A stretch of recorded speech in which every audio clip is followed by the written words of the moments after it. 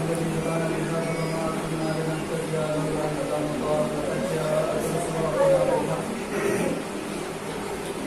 والصلاة والسلام والتحية والإكرام على رسولنا في الوجود صلى الله عليه وسلم المتقي داعية الوجود وصاحب لواء الهند والمقام المحمود الرسول القرشي الهاشمي المطلب الحميد الرسول الممجد والنبي المصدق المصطفى الامجد بالحق بالقاسم محمد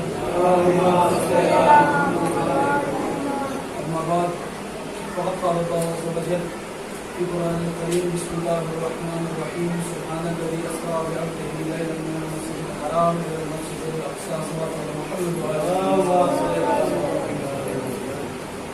اللهم العن ولا ذلك ظلم حق محمد وآل محمد وآخر تابع له ولا ذلك اللهم العن لصاحب الذي جاهد بالرسائل وشايعت وبايعت وتابعت لنا قتلين اللهم لنهم جميعا اللهم ارزقنا شفاعة الحسين والمولود وثبت لي قدم صدق لك مع الحسين واولاد الحسين واصحاب الحسين الذين بذلوا المهاجرين من الحسين عليه السلام صلى الله محمد وآل محمد صلى الله عليه وسلم اور اسلامی کرام تھکان کا اندازہ ہے لیکن پھر بھی اگر جسارت قبول کریں تو تھوڑا تھوڑا سا آگے آ جائیں تاکہ ہمیں بھی پڑھنے میں مزہ آئے اور آپ کو سننے میں ملے گا صلی اللہ علیہ محمد وآل محمد خدا کا شکر ہے کہ جس نے ہمیں اس قوم سے وابستہ رکھا کہ جو قوم 1400 سال سے چیخ چیخ کر یہ اعلان کر رہی ہے کہ کربلا میں جنگ نہیں ظلم ہوا ہے. خدا کا شکر ہے کہ جس نے دنیا کی پیشانیوں کو دنیا کے حکمرانوں کے در پر جھکایا لیکن اس نے ہمیں حسین کے در پر جھکا کر دنیا کا شہنشاہ بنایا. خدا کا شکر ہے کہ جس نے ہمیں فرش پر بیٹھ کر عرش والوں کے ساتھ بیٹھنے کا سلیقہ سکھایا. خدا کا شکر ہے کہ جس نے ہمیں جنت والوں کے ساتھ بیٹھنے کا موقع عنایت فرمایا. خوش نصیب ہیں وہ لوگ کہ جو اپنے گھروں میں فرش عزا بچھاتے ہیں. خوش نصیب ہیں وہ لوگ کہ جن کے گھروں میں حاضری ہوتی. بس تھوڑا سا وقفہ ہے پھر انشاءاللہ کچھ جملے اور پھر انشاءاللہ زحمت کو تمام کروں گا. خدا کا شکر ہے کہ جن گھروں میں فرش عزا کو بچھایا جاتا ہے. دنیا میں زمینیں بھی بہت ہیں, پیسے والے بھی بہت ہیں, مکان بھی بہت ہیں, دولت مند بھی بہت ہیں, لیکن فرش عزا اسی جگہ بچھائی جاتی ہے کہ جہاں زہرا راضی. ورنہ دنیا تو بہت بڑی ہے, ہر جگہ فرش عزا نہیں بچھایا جاتا. بہرحال آج کی اس مختصر سی گفتگو میں جس آیت کو میں نے اپنا سرنامہ سخن قرار دیا یہ آیت معراج سے مربوط ہے. سبحان الذی اسری بعبدہ لیلا من المسجد الحرام الى المسجد الاقصی. شاید میں مطمئن ہوں کہ آپ کی سوچ یہ چلی گئی ہوگی کہ آج مولانا کچھ معراج کے حوالے سے بات کریں گے, لیکن میرا مقصود معراج کے حوالے سے بات نہیں کرنا ہے. ایک ٹکڑا آیت کا ہے عبد, اس کے حوالے سے بات کروں گا, پھر انشاءاللہ سبق کو تمام کروں گا.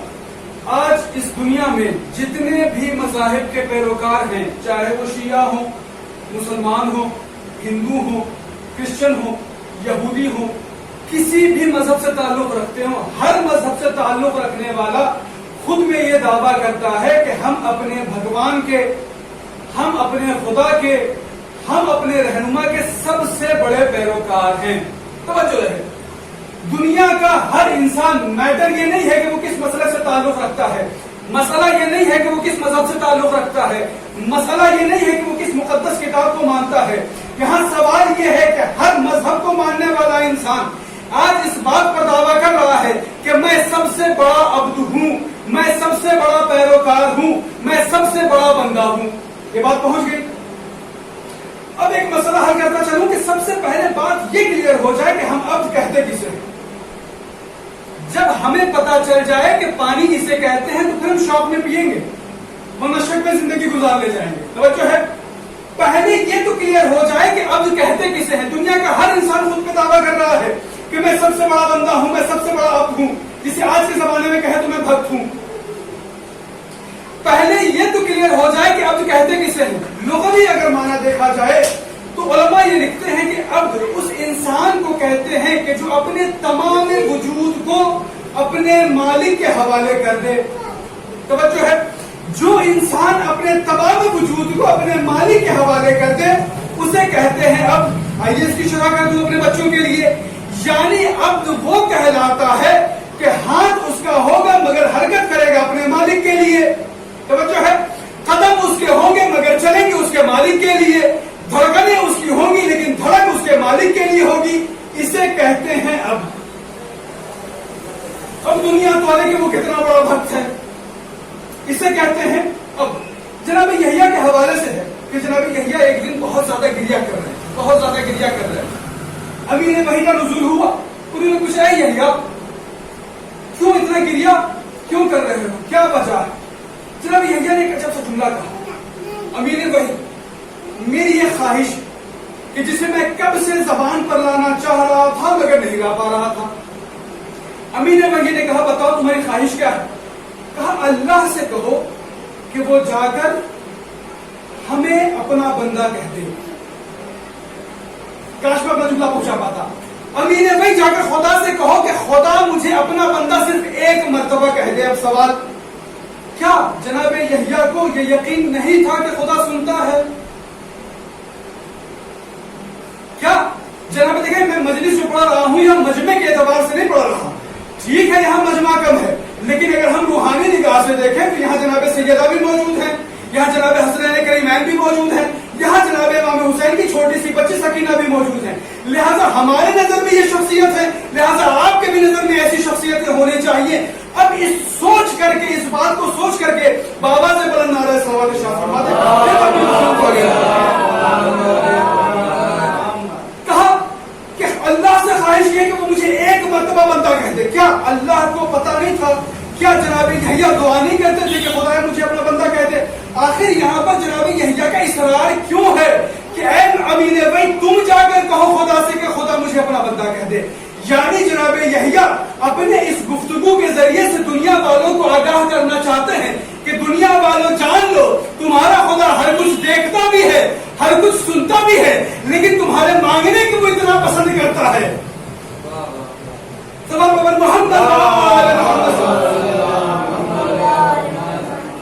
امین بھائی گئے اور اللہ نے کسی طریقے سے آیت کو بھیج کر کے اپنا بندہ جناب یحییٰ کے لیے ثابت کر دیا. اب میں یہاں رک کر اپنی آیت کی طرف لوٹوں.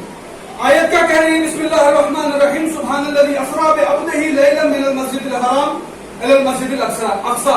پاک و پاکیزہ ہے وہ ذات جو لے گئی اپنے بندے کو راتوں رات. کہاں سے کہاں تک؟ مسجد حرام سے مسجد اقصی. میں نے جس چیز کو پوائنٹ آؤٹ کیا تھا وہ تھا لفظ عبد. جناب یحییٰ جس چیز کے لیے پریشان ہے وہ یہ ہے کہ خدا مجھے ایک مرتبہ عبد کہہ دے. آیت کا ترجمہ آپ کے حوالے ہے. جناب یحییٰ زندگی اپنی اسی بات پر گزار رہے ہیں کہ خدا مجھے اپنا عبد کہہ دے. جناب یحییٰ نبی ہیں, جناب یحییٰ رسول ہیں, جناب یحییٰ معصوم ہیں, جناب یحییٰ خدا کے نمائندے ہیں, مگر دل میں اتنی طلب ہے کہ خدا ایک مرتبہ اپنا بندہ کہہ دے, ایک مرتبہ اپنا بندہ کہہ دے, ایک مرتبہ اپنا بندہ کہہ دے. لیکن یہاں رسول مرتبت ہے, رسول ختمی مرتبت ہے, کسی مرتبہ بھی یہ نہیں کہا خدایا مجھے اپنا بندہ کہہ دے, خدایا مجھے اپنا بندہ کہہ دے. جناب رسول خدا نے کبھی نہیں کہا, مگر خدا ہے کہ جس کی عبدیت اتنی پسند آئی کہ خود اس کے بارے میں کہتا ہے سبحان الذی اسریٰ بعبدہ لیلا من المسجد الحرام الی المسجد الاقصی. یعنی رسول خدا نے بتا دیا کہ دیکھو محبت ایک طرفہ نہ ہو, محبت یہ نہ ہو کہ تم اپنے آپ کو محبوب خدا کہو, تم اپنے آپ کو اللہ کا بندہ کہو, اپنے آپ کو اتنا بلند کر لو کہ خود خدا تمہیں اپنا بندہ کہہ دے. سلام علی محمد. اپنے آپ کو اتنا بلند کر لو کہ خود خدا تمہیں اپنا بندہ کہہ دے. جناب یحییٰ یہاں بات تمام ہوئی. تاریخ میں ایک اور عبد ہے کہ جس کا ذکر میں ابھی کر رہا ہوں کہ جس نے اپنے آپ کو کبھی بھائی کہلوانا پسند نہیں کیا. توجہ ہے, جس نے اپنے آپ کو کبھی شہزادہ کہلوانا پسند نہیں کیا, ہمیشہ کہا میں حسین کا غلام, میں حسین کا عبد, میں حسین کا غلام. اب آپ سمجھ رہے تھے میں نے جو ترجمہ کیا تھا, اللہ کو یہ عبدیت اتنی راس ہے, اتنی راس ہے. میں یہاں پر یہ رک کر ایک جملہ اور عرض کروں, پھر یہاں سے انشاءاللہ اس بات کو رکھ کروں گا. عبد کا ترجمہ میں نے پہلے کیا کہ عبد کہتے اسے ہیں کہ انسان کا بدن اس کا اپنا ہو لیکن استفادہ وہ اپنے مالک کے لیے کرے. ہاتھ ہمارا ہو چلے اللہ اللہ کے لیے چلے مالک کے لیے، قدم ہمارے ہوں چلے ہمارے مالک کے لیے، دل ہمارا ہو اس میں محبت ہمارے مالک کی ہو۔ اب میں یہاں رک کر ایک نفیس جملہ عرض کر دوں، جب ہمارے سامنے یہ بات کلیئر ہو گئی، جب ہمارے سامنے یہ بات واضح ہو گئی کہ اب اسے کہا جاتا ہے کہ جو اپنے مالک کے اعتبار سے زندگی جیے، اب سمجھ میں آیا علی کو عین اللہ کیوں کہا جاتا ہے، علی کو ید اللہ کیوں کہا جاتا ہے، کیوں اس لیے کہا جاتا ہے کہ ہاتھ علی کے تھے مگر اٹھتے اللہ کے لیے تھے، قدم علی کے تھے چلتے اللہ کے لیے تھے، سانس علی کی تھی چلتی اللہ کے لیے تھی، دل علی کا تھا بستا اللہ تھا۔ صلوات پر محمد۔ یہ ہے عبودیت کا معیار، یہ ہے عبودیت کا معیار، یہ ہے بندگی کا معیار۔ اب ہمارے یہاں مشہور یہ ہے ہمارے سماج میں کہ محبت کبھی یک طرفہ نہ ہو دو طرفہ ہو۔ توجہ ہے، میں ہمیشہ جملہ کہا کرتا ہوں، ہم ہمیشہ یہ دعویٰ کرتے ہیں کہ میں اپنے مالی سے محبت کرتا ہوں، میں اپنے بھائی سے محبت کرتا ہوں، میں اپنے رشتہ داروں سے محبت کرتا ہوں، لیکن ہم نے کبھی غور ہی نہیں کیا کہ ہمارا رویہ کیسا ہے، وہ ہم سے محبت کرتے ہیں کہ نہیں؟ توجہ ہے، وہ ہم سے محبت کرتے ہیں کہ نہیں؟ ہم تو محبت کر رہے ہیں اپنے والد صاحب، ٹھیک ہے، والد بھی ہمارے بیٹے ہونے کے بنا پر ہم سے محبت کر رہے ہیں، کیا ہمارا رویہ ایسا ہے کہ باپ ہمیں اپنا بیٹا سمجھ کر نہیں اپنا اب سمجھ کر محبت کرے؟ کاش میں جملہ پہنچا پاتا۔ کیا ہم نے اپنی زندگی کو ایسے گزارنا شروع کیا کہ ہمارا باپ ہمیں بیٹا سمجھ کر محبت نہ کرے، اپنا اب سمجھ کر محبت کرے؟ تاریخ کو اگر ہم نے گھمانا شروع کیا، تاریخ کے اوراق کو ہم نے پلٹنا شروع کیا، کربلا میں ہمیں ایک شخصیت نظر آئی کہ جو بیٹا ہو کر کے بھی غلام تھا، بھائی ہو کر کے بھی غلام تھا، یعنی دنیا والوں کو جناب عباس نے بتا دیا، دنیا والوں 8ویں محرم کو صرف ہماری شجاعت کا ذکر نہ کرنا۔ آج جناب عباس کے لیے سب سے بڑی مصیبت یہ ہے کہ جناب عباس کی زندگی سے ہم نے صرف ان کی شجاعت کو پوائنٹ آؤٹ کیا ہے، باقی زندگی ہم نے یوں ہی چھوڑ دیا۔ میں ایک نارمل سی مثال دوں، علامہ فرمان صاحب اللہ مقامہ، اللہ ان کی درجات بلند کرے، وہ حافظ تھے، علم بھی تھا، کمالات بھی تھے، اخلاق بھی تھا، لیکن دنیا والوں نے صرف حفظ کو اتنا ہائی لائٹ کیا کہ فرمان صاحب صرف قرآن سے ہی مربوط رہ گئے، لیکن یہ بھی کم چیز نہیں ہے۔ توجہ ہے، میں ان کی شخصیت کو کم نہیں کر رہا ہوں، یہ بھی کم نہیں ہے کہ وہ قرآن سے منسوب ہے، نہیں، لیکن ہمارا فرض یہ ہے کہ ان کی شخصیت کو ہم پوری طریقے سے اپنی زندگی میں اتاریں۔ کربلا کا سب سے بڑا ظلم تو یہی ہے کہ کربلا سے ہم نے ظلم کو لے لیا، ظلم کو سمجھ لیا، مظلوم کو سمجھ لیا، امام حسین کو سمجھ لیا، امام حسین کو ہم نے دیکھنا شروع کر دیا، مگر امام حسین کیوں شہید ہوئے ہم بھول گئے، امام حسین کا سر سجدے میں تھا ہم بھول گئے۔ کربلا صرف ایک جنگ کا نام نہیں ہے، کربلا مکمل مکتب کا نام ہے۔ آج ہمارے لیے افسوس کا مقام یہ ہے کہ آج ہمارے یہاں بھائی بھائی سے لڑ رہا ہے، باپ بیٹے سے لڑ رہا ہے، بھائی بہن سے لڑ رہی ہے، بہن بھائی سے لڑ رہی ہے۔ میں پوچھتا ہوں بھائی تمہیں کیا ہو گیا؟ تمہارے ہاتھوں میں ایک طرف کربلا ہے، ایک طرف نہج البلاغہ ہے، بھائی بہن کی محبت دیکھنا ہے، زینب و حسین سے سیکھو، باپ بیٹے کی محبت دیکھنا ہے، حسین و اکبر سے سیکھو۔ جب تمہاری نظروں میں کربلا آ چکا ہے پھر اتنا اختلاف کیوں؟ کبھی ہم نے اس بات پر غور کیا کہ جب ہمارے پاس اتنا بڑا مکتب ہے کہ ہمارے یہاں کی یونیورسٹی کھل جائے اور ہمارے محلے سے چاہے لڑکا نکل جائے تو بھائی افسوس تو کریں گے نا کہ بھائی تمہارے محلے میں اتنی بڑی یونیورسٹی پھر بھی چاہے نکل رہے ہیں۔ لیکن مجلسیں،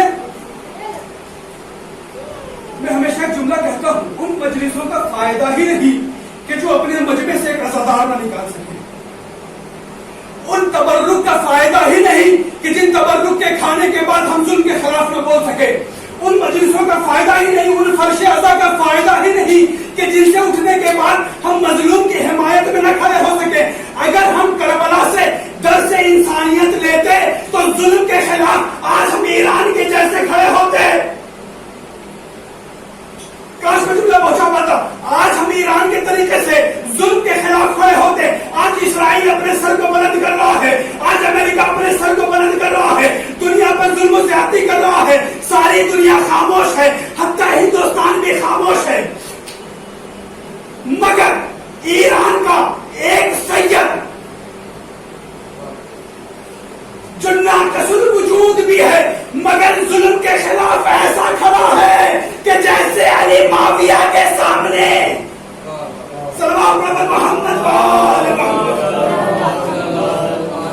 ہمیں کربلا سے ہمیں پورے پیمانے سے پورے وجوہات سے ہمیں سرچ کرنا ہوگا کہ کربلا ہمیں سکھا کیا رہا ہے. میں ایک اور مثال کروں. میں نے آج صبح میں جو تقریر کی تھی اس کا ایک عنوان تھا جسے ایک رفت دے کر کے میں رفت مسائب کروں. امام رضا فرماتے ہیں ہر انسان اپنے آپ کو یہ بندہ ثابت کرنے میں لگا ہے کہ میں سب سے بڑا بندہ,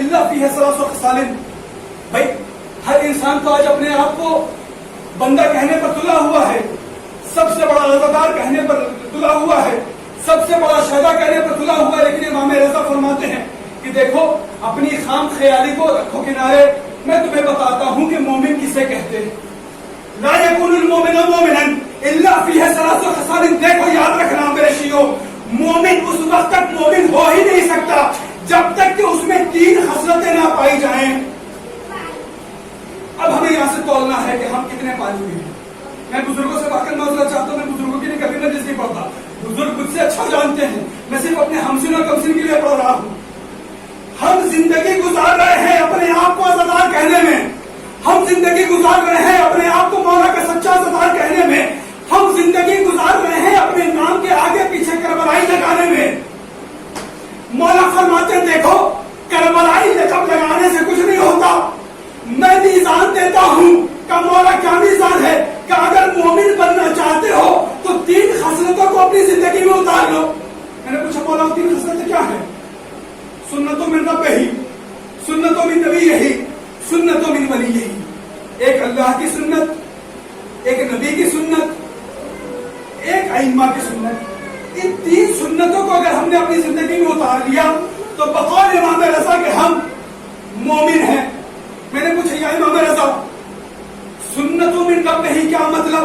کہ فقط مانو صرف لوگوں کے عیوب کو چھپانا شروع کرو, لوگوں کی عزتوں کو بازار میں اچھالنا بند کرو, مومنوں کی عزت سے کھلواڑ کرنا بند کرو. مولا اس کا فائدہ کا کام مومن کہلاؤ گے. میں نے اس کی تفصیلی گفتگو دن کے مجلس میں کی ہے. یہ 2 بات کی گفتگو کرنا چاہتا ہوں. فَأَمَّا السُّنَّةُ مِن نَبِيِّهِ فَمُدَارَاتُ النَّاسِ. کہا ایک نبی کی سنت کو اپنی زندگی میں اپنا لو. میں نے کہا یا نبی اللہ, یا امام, نبی کی سنت کیا ہے؟ کہ لوگوں سے محبت کرنا سیکھو. توجہ ہے, لوگوں سے محبت کرنا سیکھو. یعنی امام بتانا چاہ رہے ہیں آج ہم اپنے سماج میں ایک دوسرے کے دل میں نفرت پیدا کر کے یہ سمجھتے ہیں کہ ہم بڑے مومن ہیں, ہم بڑے ایماندار ہیں, لیکن امام فرماتے ہیں دیکھو اپنے لوگوں کو جتنا ہو سکے اکٹھا کرتے رہو. میں نے کہا مولا اس کا کیا فائدہ؟ کہا اگر تم اپنے لوگوں کو ایک جٹ کرنا سیکھ جاؤ گے میری نظر میں مومن کہلاؤ گے. صلوات پر محمد. لیکن ہاں یہ بھی بات ذہن میں رہے کہ ہر جگہ پر ہمیں محبت سے کام نہیں لینا ہے. کچھ مقامات ایسے بھی ہیں کہ جہاں پہ ہمیں نفرت بھی ظاہر کرنا ہے, ورنہ تبرہ رہ نہیں جائے گا. تبرہ کا جو کانسیپٹ ہے ہمارے یہاں وہ باقی نہیں رہ جائے گا. تبرہ بہرحال ہے, برے سے ہمیں نفرت بھی کرنا ہے, برے سے نفرت نہیں کرنا. میں نے لفظ غلط کہا, برائی سے نفرت کرنا ہے. صلوات پر محمد صلی اللہ علیہ وسلم. بس میں نے ختم کی اپنی گفتگو. امام رضا کیا فرما رہے ہیں؟ اگر مومن بننا چاہتے ہو 3 خصلتیں اپنے اندر پیدا کرو. مومنوں کی برائی کرنا بند کرو, لوگوں میں محبت بانٹو. تیسری خصلت فَأَمَّا السُّنَّةُ مِن وَلِيِّهِ فَالصَّبْرُ بِالْبَأْسَاءِ وَالضَّرَّاءِ. کہ اللہ کی سنت تم نے اپنی زندگی میں اپنا لیا. میں نے کہا جی مولا. نبی کی سنت اپنا لیا. میں نے کہا جی مولا. کہا تیسری سنت ہماری سنت سے بھی اپنا. میں نے کہا کیا مطلب؟ کہا صبر سے کام لینا مصیبت کے وقت. جب کبھی اچھا اب یہ ہم نے آج کا جو زمانہ ہے تندرستی کا زمانہ ہے. جو لاک ڈاؤن لگا کسی کا روزگار گیا, کسی کی زندگی بیچاری خراب ہو گئی, کسی کی دولت چھین گئی, کسی کا کچھ کسی کا کچھ. آج ہم سب پریشان ہیں. اگر ہم خوش ہوتے, انصاف سے بتائیں, میں پھر سے میں کہہ رہا ہوں, میں بزرگوں کے لیے نہیں پڑھ رہا. امام فرماتے ہیں آخری سنت اگر تم نے اپنی زندگی میں اپنا لیا مطلب تم مومن ہو. کیا سنت ہے؟ کہ ہم مصیبت کے وقت صبر کرنا سیکھو. ہم مصیبت کے وقت ہی صبر نہیں کرتے. ہم جب خوش ہوتے ہیں, ہم کبھی لندن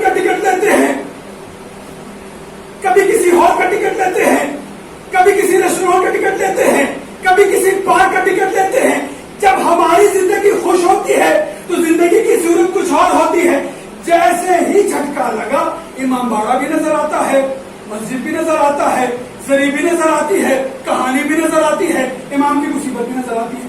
کیا امام صرف مظلومیت کے وقت میں یاد کرنے کی چیز ہے؟ بھائی مانگنا کیسے یہ ڈیپینڈ کرتا ہے. دینے والا اتنا سخی ہے کہ جو اپنے دشمن کو بھی عطا کرتا ہے. ہم تو بہرحال ان سے محبت کرنے والے ہیں، پھر ہمیں کیوں نہیں مل رہا؟ امام فرماتے ہیں مانگنے کا سلیقہ ہونا چاہیے، پھر صبر کر پاؤ گے. مانگنے کا سلیقہ کیسا ہے؟ بس میں نے ربط مسائل دیا. علامہ قاضی ششتری فرماتے ہیں کہ میں کربلا میں جناب عباس کی زری پر تھا رکا ہوا. میں نے دیکھا کہ ایک بچہ آیا مانگنے کا سلیقہ. میں نے دیکھا میں یہاں پر ایک واقعہ لوں، اگر اجازت ہو تو ایک اور واقعہ پڑھوں. مانگنے کا سلیقہ مثال میں دیتا چلوں، ہمارے پاس امام زمانہ ہے لیکن پھر بھی ہم دوسروں کے در پر سر جھکاتے ہیں. کبھی ہم نے امام سے مانگا ہی نہیں. اب میں کہوں کہ بھائی سب مانگتے ہیں پھر ملتا کیوں نہیں؟ کہا مانگنے کا سلیقہ. میں نے کہا مانگے کیسے؟ اور سکھا دیتا ہوں. ہمارے گھر میں آج ہمارے محلے میں اگر نگاہ ڈالیں تو ہر تیسرے گھر کا بچہ باہر کی طرف ہے، پردیس میں رہتا ہے. اب میں ایک مثال دوں، پھر جو واقعہ ذکر کرنا تو اس کا ذکر کروں گا، پھر انشاءاللہ مسائل.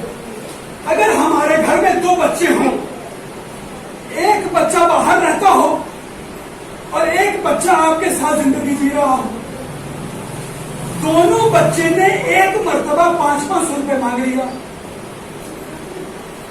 آپ ہمیں بتائیں کہ کسے پہلے دیں گے؟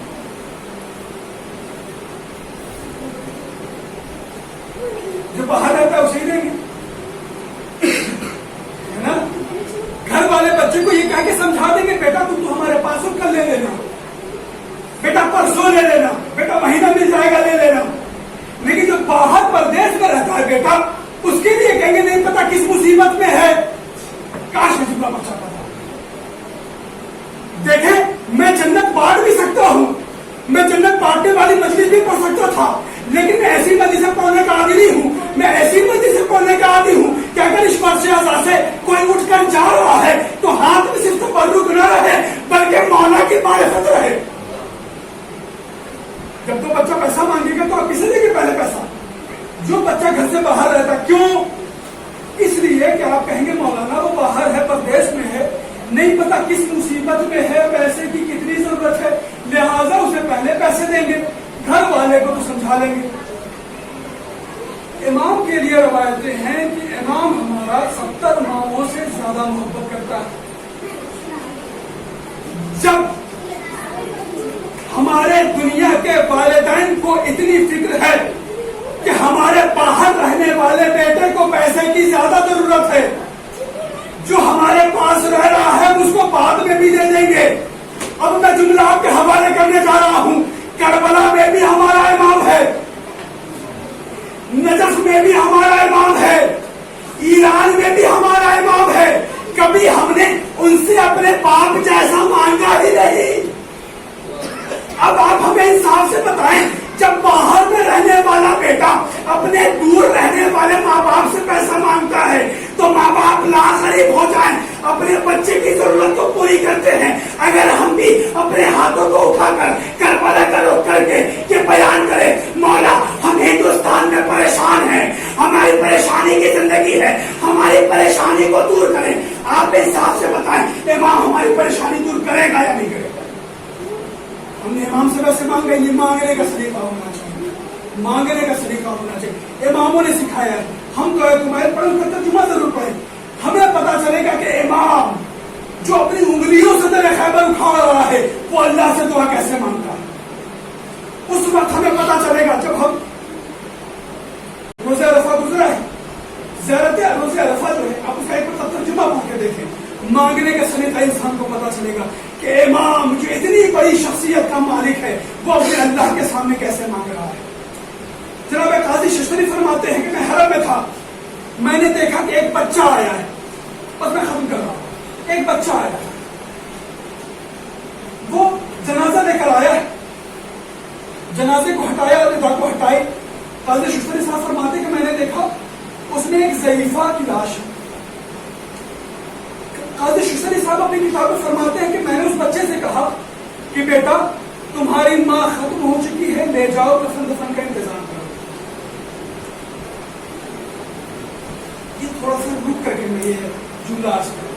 قاضی ششتری صاحب نے کہا مولا عباس کے حرم میں یہ بچہ ہے، اپنی ماں کا جنازہ لے کر آیا ہے حرم میں. قاضی ششتری صاحب نے کیا کہا بیٹا جاؤ کفن دفن کا انتظام کرو. وہ بچہ دیکھتا ہے، کہتا مولانا عالم دین ہے. کہا بیٹا کہ عباس کی شخصیت نہیں پتا عباس کسی کہتے.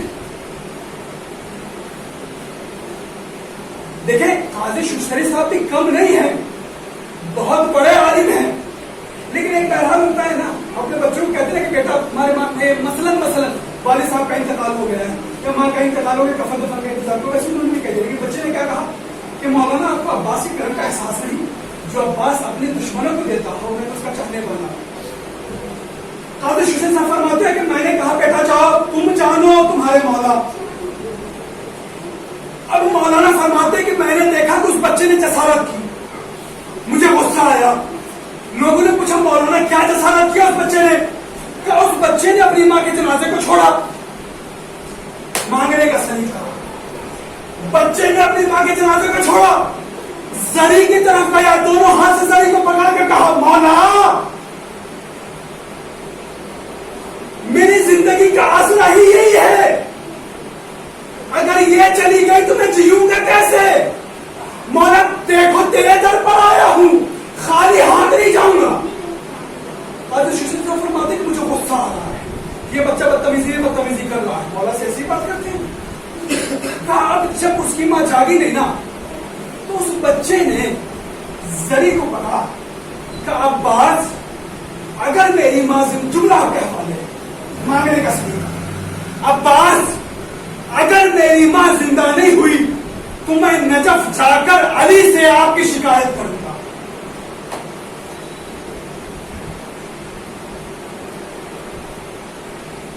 خاموشی کاری ہے. عباس اگر میری ماں زندہ نہیں ہوئی تو میں نجف جا کر آپ کی شکایت علی سے کروں گا. قاضی ششتری صاحب فرماتے کہ یہ بچہ جنازے کو چھوڑ کر چلا. جیسے ہی حرم کے باہر نکلا ایک شخص نمودار ہوا، اس نے گھوڑے پر سے ہی سوال کیا بیٹا کہاں جا رہے ہو؟ کہا میری ماں زندہ نہیں ہو رہی ہے. کہا کہاں جا رہے ہو؟ کہا عباس کی شکایت لے کر جا رہا ہوں. کہا کہاں؟ کہا نجف علی کے پاس. کہا بیٹا غلام کبھی آقا کی شکایت نہیں کرتے. کہا میری ماں گزری ہے تم کیا جانو؟ میری ماں گزری ہے تم کیا جانو؟ درد کیا ہوتا ہے ماں کے گزر جانے کا؟ کہا بیٹا جاؤ تمہاری زندہ ہو گئی ماں. کہ اگر نہیں زندہ ہوئی تو بچہ ہے نا، اگر نہیں زندہ ہوئی تو کہا جس سے مانگتے ہو اس پر یقین نہیں ہے. کہا جس سے مانگ رہے ہو، جس عباس سے مانگ رہے ہو، جس باب الحوائج سے مانگ رہے ہو اس سے یقین نہیں ہے، اس پر یقین نہیں ہے. بچہ گمسم تھا، بچہ پریشان تھا تو کہتا ہے اچھا چلو ہمیں لے چلو. اب قاضی ششتری صاحب فرماتے ہیں کہ میں نے دیکھا کہ گھوڑے کا قد زیادہ تھا، بچہ چڑھ نہیں پا رہا، بس میں آ گیا. اس بچے نے کہا آقا ہاتھ دیں تاکہ میں گھوڑے پر سوار ہو سکوں. کہا اس شخص نے کہا کہ بیٹا جس عباس سے مانگتے ہو نا اس عباس کے ہاتھ میں ہے. میں ہمیشہ جناب عباس کے حوالے سے جملہ کہتا ہوں کہ آپ کو پتہ ہے جناب عباس باب الحوائج کیوں کہا جاتا ہے؟ اس لیے کہ شاید عباس کی حاجت کربلا میں پوری نہیں ہو پائی تھی. خدا نے وعدہ کیا عباس تمہاری حاجت پوری نہیں ہوئی ہے لیکن میں انسانوں کی حاجت تمہارے ذریعے سے پوری کرا رہا ہوں. جزاکم ربکم خیر الجزا. آج 8ویں محرم ہے، ہم لوگوں نے دن بھر مجلس کیا، روئے گریا کیا، پرساد کیا. کیوں؟ اس لیے کہ آج کا دن جناب عباس سے منسوب ہے. مجھے انصاف سے بتائیں جس سکینہ کو جب پتا چلا ہوگا کہ اس کا چچا مارا گیا تب سکینہ کے دل پہ کیا کرتے؟ ہم صرف مصائب سنتے ہیں نا، ہم صرف مصائب سن رہے ہیں. ایک عالم آتا ہے، ایک ذاکر آتا ہے، مصیبتوں کو بیان کرتا ہے. آپ بھی گریا کرتے ہیں، عالم بھی گریا کرتا ہے، ذاکر بھی گریا کرتا ہے، لیکن عباس کے کٹے ہوئے ہاتھ آپ نے نہیں دیکھے، عباس کا چھٹا ہوا مشکیزہ آپ نے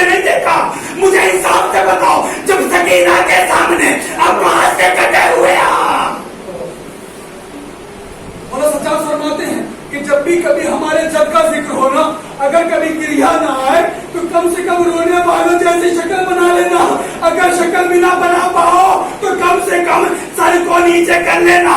میں نے روایتوں میں پڑھا ہے کہ اگر کہیں پر ذکر حسین ہوتا ہے تو 3 بیویاں ضرور آتی ہے. میں نے پوچھا مولا کو, کہا جب بھی ذاکر مصیبتوں کو بیان کرتا ہے, چھوٹی سی بچی اپنے بابا کی مصیبتوں کو سننے کے لیے ہمارے درمیان آ جاتی ہے. میں آپ سے گزارش کروں گا, ابھی میں عباس کی مصیبتوں کا ذکر کروں گا, گریا کرنا تو یہ سوچ کر گریا کرنا کہ سکینہ تمہارے سامنے بیٹھی ہو, زینب تمہارے سامنے بیٹھی. مجھے انصاف سے بتائیں کہ کربلا میں امام حسین سے بھی زیادہ آسرا جو بیویوں کو تھا وہ تھا مولا عباس. زیادہ بھی حراست مولا عباس. مولا عباس کے لیے میں ایک روایت پڑھوں, اپنے ذکر کو ختم کروں. جب شہداء شہید کر دیے گئے, خیموں سے آتش کی آوازیں آنے لگی, تو مولا حسین نے جناب عباس کو آواز دی. ایک روایت کے مطابق خود مولا عباس امام حسین کے پاس ہے, کہا آقا حسین جنگ کی اجازت دیتا. کہا نہیں عباس, جنگ کی اجازت تو نہیں دیتا, خیموں سے آوازیں آ رہی ہیں. کہا ہاں. کیا آواز آ رہی ہے؟ کہا چچا پانی, چچا پانی, چچا پانی. آج گرمی بھی تھی, آج دھوپ بھی تیز تھی, آپ مجلس کر رہے تھے, تبرک بھی نوش فرما رہے تھے. مجھے انصاف سے بتائیے کہ جہاں کہیں پیاس لگ رہا تھا آپ پانی بھی پی رہے تھے, آپ کو پانی بھی دیا جا رہا تھا, مگر نہیں پتا حسین کتنا مظلوم تھا جو اپنے چھوٹے سے بچے کو لے کر کربلا کے میدان میں حاضر ہے. میرے بچے کو پانی پلا دو, میرے بچے کو پانی پلا دو. روایتیں کہتی ہیں کہ مولا عباس چلے, میں پورے مقتل کو نہیں پڑھوں گا, چھاٹ چھاٹ کر پڑھوں گا. مولا عباس چلے. روایتیں کہتی ہیں کہ جیسے ہی جناب عباس نے حرکت کیا, جناب سکینہ نے, بچوں کی عادت ہوتی ہے, جناب سکینہ نے چھوٹے چھوٹے بچوں کو اپنے گر جمع کیا. کہا بچوں پیاس لگی ہے؟ ہاں بی بی پیاس لگی ہے. کہا رک جاؤ, چچا جا رہا ہے پانی لانے کے لیے, ابھی تم لوگوں کی پیاس بجھ جائے گی. روایتیں کہتی ہیں جب عباس چلے, مشیزے کو بھرا, جب خیمے کی طرف آ رہے تھے, جب ایک مرتبہ عالم دائیں جانب جھکا, سکینہ بھی دائیں جانب جھکی, جب بائیں جانب علم جھکا, سکینہ بھی بائیں جانب. اللہ میرے امو کی خیر, اللہ میرے امو کی خیر کرنا, اللہ میرے امو کو واپس پلٹا دینا. روایتیں کہتے ہیں جب عالم جھکا سکینہ بیٹھ گئی. کہا بچوں میں شرمندہ ہوں, اب پانی نہیں دے پاؤں گی. روایتیں کہتی ہیں جب مولا عباس کے علم کو حسین لے کر آئے ہیں, پھر سکینہ تیار کھڑی ہو گئی. بچوں رک جانا, میرا امو آ رہا ہے. مجھے انصاف سے بتاؤ, آپ بھی صاحب اولاد ہیں, آپ کے بچے بھی آپ سے خواہش کرتے ہوں گے جب آپ پردیس سے گھر آتے ہیں, کوئی انتظار کرے نہ کرے, بیٹی ضرور انتظار کرتی ہے. کربلا کی چھوٹی بچی جسے پیاس کی شدت اب انتظار کر رہی ہے, امو اب پانی لائے گا, امو اب پانی لائے گا. لیکن جیسے ہی عباس کا عالم آیا, عباس نہیں تھے, سکینہ نے ہاتھ بلند کیے, بابا پیاس نہیں لگی ہے, پانی نہیں چاہیے, امو کو بلا دو, امو کو بلا دو. انا للہ وانا الیہ راجعون. نظم بقضائه وتسلیما لامره. اللهم لعن ولا ظالم ظلم حق محمد وآل محمد واخر تابع له ولا ذلك. اللهم لعن الإصابة التي جاهدت الحسين وشايعت وبايعت وتابعت على قتله. اللهم لعنهم جميعا. اللهم لعن ولا ظالم ظلم حق محمد وآل محمد واخر تابع له ولا ذلك. اللهم لعن الإصابة التي جاهدت الحسين وشايعت وبايعت وتابعت على قتله. اللهم لعنهم